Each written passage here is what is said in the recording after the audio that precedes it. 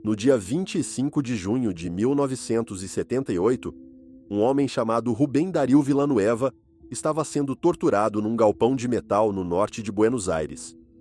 Do lado de fora, a cidade explodia. O galpão ficava a 3 quilômetros do Estádio Monumental. Naquela noite, a Argentina acabava de ganhar a Copa do Mundo. E os gritos que Villanueva ouvia não eram os dos guardas. Eram os de 200 mil pessoas comemorando nas ruas.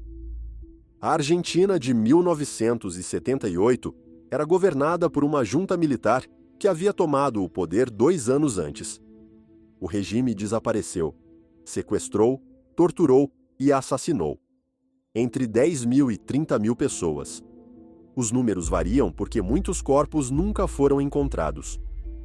Quando a FIFA confirmou que a Copa seria realizada no país, organizações de direitos humanos pediram boicote. Amnesty International publicou relatórios detalhados sobre os centros de detenção. O presidente da FIFA, João Havelange, visitou Buenos Aires pessoalmente, declarou que não havia nenhum problema e o torneio foi confirmado. A junta construiu estádios, reformou cidades, gastou 700 milhões de dólares, 10 vezes o orçamento original. A explicação óbvia se formou sozinha no mundo inteiro. A junta estava usando o futebol para esconder seus crimes. Uma cortina de fumaça esportiva, propaganda clássica de regime autoritário. E se essa explicação estivesse errada? Não nos detalhes, mas na premissa inteira. O problema com a teoria da cortina de fumaça é que ela pressupõe que havia algo sendo escondido da população argentina.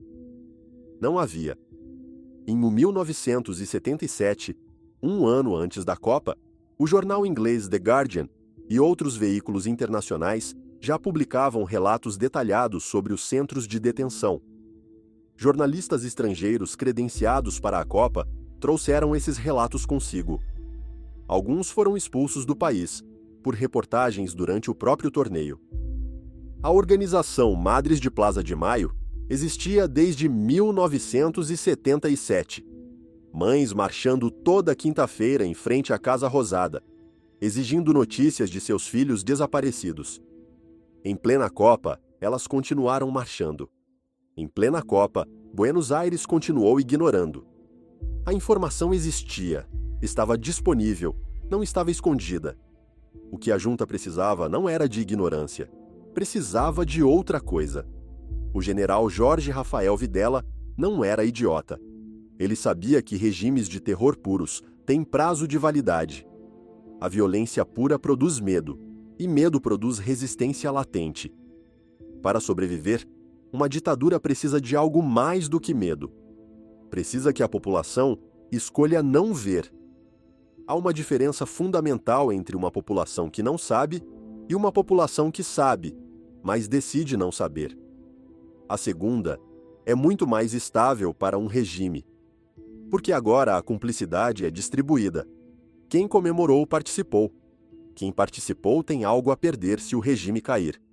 Videla disse, em discurso público durante o torneio, "Esta Copa demonstra ao mundo que a Argentina é um país civilizado e em paz." Não estava mentindo para o mundo. Estava fazendo uma oferta para os argentinos.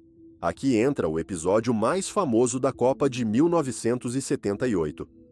A Argentina precisava vencer o Peru, por pelo menos 4 gols de diferença para avançar à final. O jogo aconteceu à noite, depois que a Argentina já sabia o placar do Brasil, seu rival direto na classificação.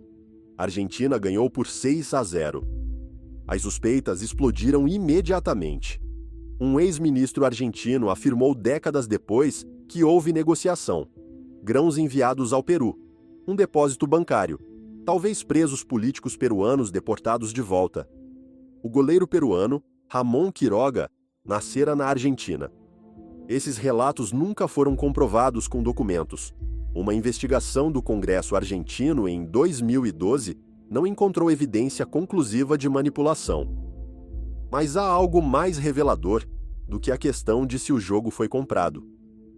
É a pergunta que ninguém faz: por que esse jogo importa tanto para a narrativa?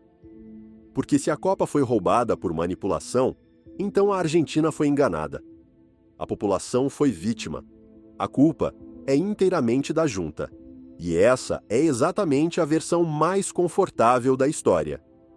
Em 1984, 6 anos depois da Copa, a Comissão Nacional sobre o Desaparecimento de Pessoas, a CONADEP, publicou o relatório Nunca Mais.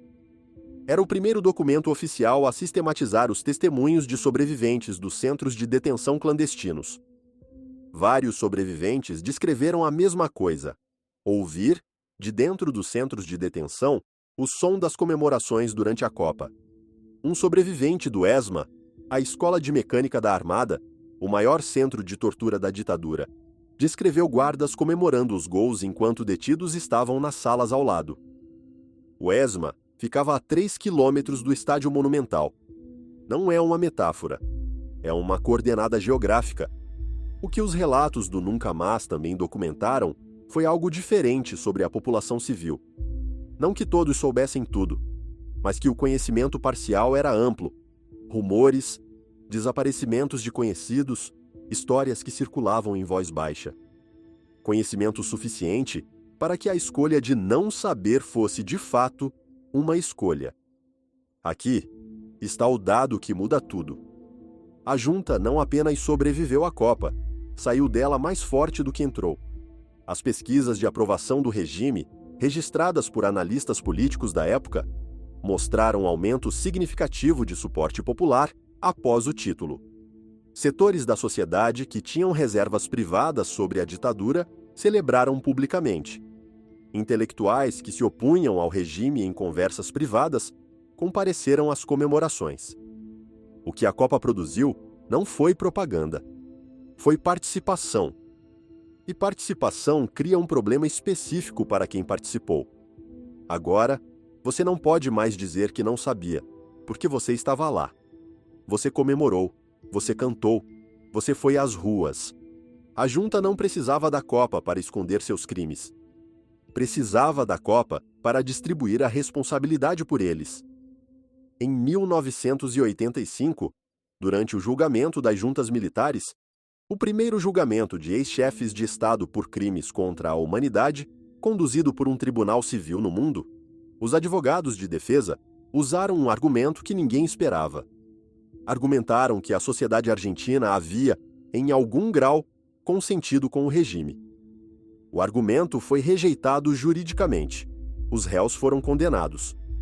Mas a pergunta que o argumento colocou nunca foi respondida com a mesma clareza. Durante anos, a narrativa dominante na Argentina foi: fomos enganados. A junta nos usou. Éramos vítimas da propaganda. E então pesquisadores começaram a trabalhar com os arquivos. Não apenas os arquivos da repressão, os arquivos das comemorações, fotografias, jornais, registros de participação pública. O que encontraram foi que a separação entre vítimas e participantes era muito mais porosa do que a narrativa do engano permitia. Não porque todos fossem culpados, mas porque o regime havia construído, com muito cuidado e 70 milhões de dólares em reformas urbanas, uma situação onde era possível comemorar e não saber, ou saber e comemorar assim mesmo. E a Copa funcionou. Não porque enganou a Argentina, porque ofereceu à Argentina a possibilidade de escolher não ver. E a Argentina escolheu. Rubén Darío Villanueva sobreviveu. Décadas depois, deu testemunho à CONADEP. Descreveu o galpão. Descreveu os gritos. Descreveu que naquela noite de 25 de junho de 1978, enquanto Buenos Aires explodia de euforia, ele ouviu os sons das comemorações entrando pelas paredes de metal. E disse que o que mais o perturbou não foi o que os guardas fizeram. Foi perceber que do lado de fora, a poucos quilômetros, havia 200 mil pessoas que sabiam. Não tudo, mas o suficiente, e estavam comemorando assim mesmo. A Copa não foi roubada por um ditador. Foi ganha por um país inteiro.